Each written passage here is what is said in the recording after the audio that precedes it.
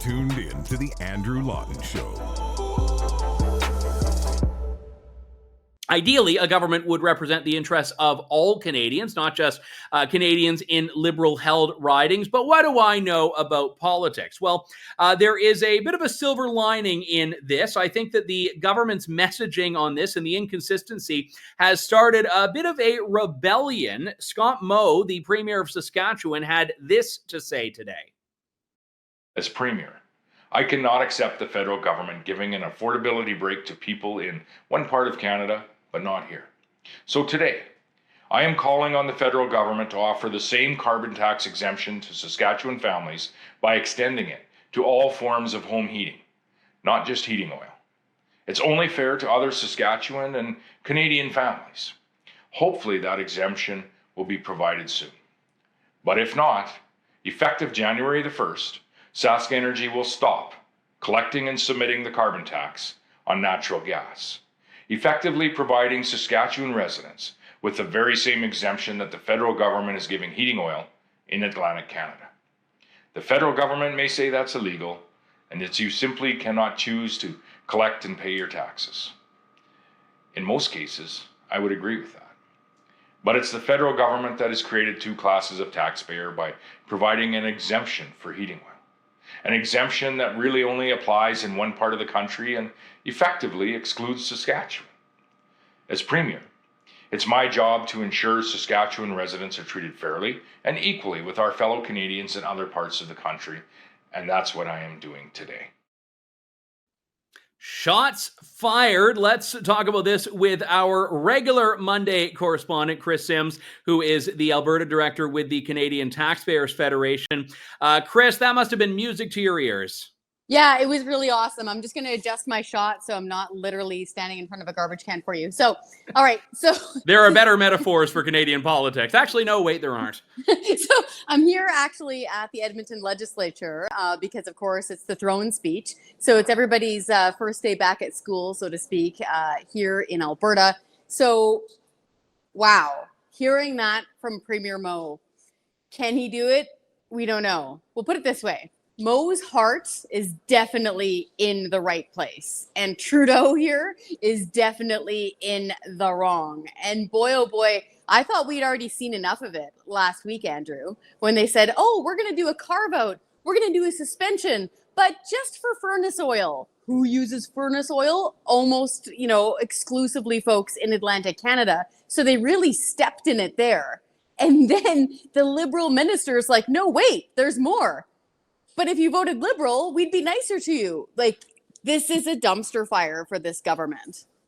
Yeah, I mean, there's so much to unpack there, because if anyone followed along with the carbon tax Supreme Court case and the cases before the Court of Appeal for Alberta and Ontario, etc., the government's whole argument was that no, climate change is national. Greenhouse gas emissions are national. We can't let provinces come up with their own local approach to this. We can't regionalize or provincialize this. And here's the federal government doing that, saying, well, we're going to treat this differently in Atlantic Canada than we are elsewhere, which undermines the government's whole approach, which is why I think Scott Moe may actually have at least a moral leg to stand on, a legal one we don't know yet.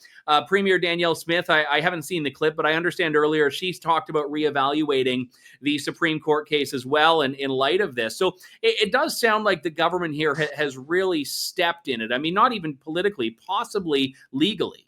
Yeah, exactly. So it was interesting to hear what Premier Smith had to say. So in Saskatchewan, they have a crown corporation. So that's part of the government. So the premier there is able to say, hey, wing of government, arm of government, we want you to do this. Now, again, if this is legal federally, Godspeed. We don't know. We're leaving that up to the legal beagles. But here in Alberta, it's a private power industry. So we have competing companies that offer private power to different homes, et cetera. You get to choose and pick and choose. It's not like Alberta Power. So they don't have that ability. And she was very careful today when she answered her question. She said, I wouldn't want to advise a private company to maybe go against the law. But she's looking at this really hard. What's great about this, Andrew, is like you just said, all of a sudden, the Prime Minister has to now admit that this isn't so much about the science, is it? It's about political science.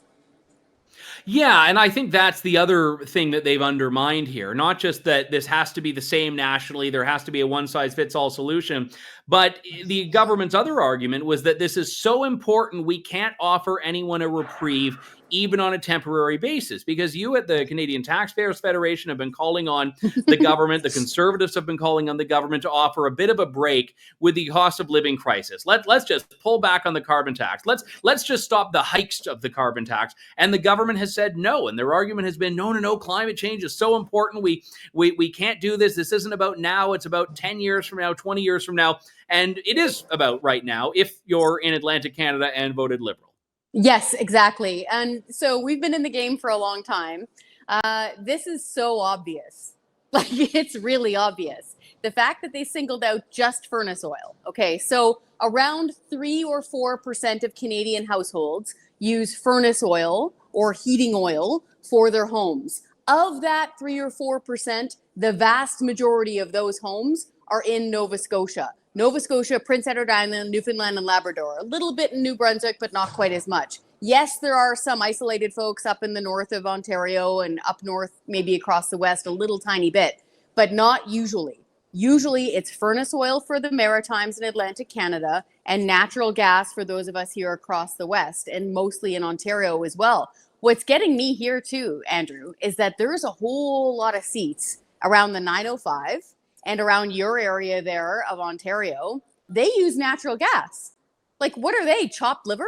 Like, what message are they sending to all of those Liberal seats there in Ontario? But what the big win here is that now the Prime Minister has had to admit, 1, this is unaffordable. 2, apparently this isn't the big honkin' crisis that he said it was going to be, because he's willing to suspend the usage of a carbon tax on a much more heavier particulate burning fuel for the next 3 years until after the next election. That's the obvious part here. Why did he give a timeline on it? It just made it even worse. Yeah, I think that is in and of itself there too. And I wonder if this is looking at some of the polling and seeing Atlantic Canada as wavering a bit. I mean, Pierre Poilievre had been, I think, doing a rally that night. Yes, that this announcement came out in Atlantic Canada. Now, I don't think Atlantic voters are so stupid as to be hoodwinked by a very temporary promise. I mean, by a government, it's basically the "can you stop hitting me" thing, and then a person stops hitting you and you don't just thank them, in the grand scheme of things. You're like, okay, well, thank you for stopping, but I'm not going to forget that you were the guy doing that in the first place. And that's really what's happening here. And I mean, look, I'm not telling anyone how to vote, but I do think for Atlantic Canadians, they're probably not going to forget that this reprieve was not really offered to them till now. And all of these increases, the addition of the carbon tax, was entirely the doing of the feds in the first place. Yes, exactly. I think most folks in that area will remember that only when all of those fat and safe seats in Atlantic Canada were suddenly tanking in the polls, all of a sudden the politicians got really into listening to people. It was just miraculous. See, this is what we try to say at the Canadian Taxpayers Federation. If you want to make change happen, go right after your member of parliament and say so. And if they don't listen to you, that's when you say, you know what? Next time, the next election, I'm going to get a group of 10 friends together and I'm going to door knock against you in your riding on this issue. You get their attention real fast. Why? Because it's their butts on the line this time. So that cabinet minister who said, oh, well, maybe you should elect more Liberals and we'll actually listen to you on something as unaffordable and unfair as the carbon tax. Whoa, all of a sudden, her salary of $200-something thousand with all expenses paid for travel and food and home heating, by the way, that's suddenly in peril. And that gets their attention real fast. So this is really clear. What we're happy about is now, finally, at the federal level, the crack is there. The crack is breaking, and they're realizing that the carbon tax is unaffordable and it doesn't fix the environmental issues. Yeah, and I always like doing the flip on political stories and saying, you know, what would I think if this were reversed? What would the critics think? And I was kind of imagining this fantasy scenario of some Quebecer in, 2013 makes a comment about the federal government, and Stephen Harper just glibly says, well, if you want to be heard, you got to elect Conservatives. Like, there would be outrage on that. I mean, now that I say it, I'm like, I would kind of be amused in that context, but that doesn't mean it's the responsible thing to do when people are hurting. And that's No. really what the government is saying here. And like, again, if Pierre Poilievre said that to some suburban Toronto voter, well, if you want anything, you should have voted for me, like that's not prime ministerial.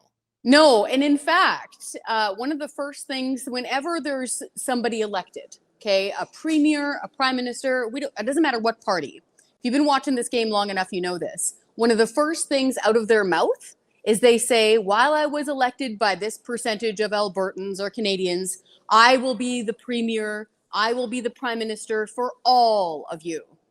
That flies in the face of what that cabinet minister just said. Like, that was a huge misstep.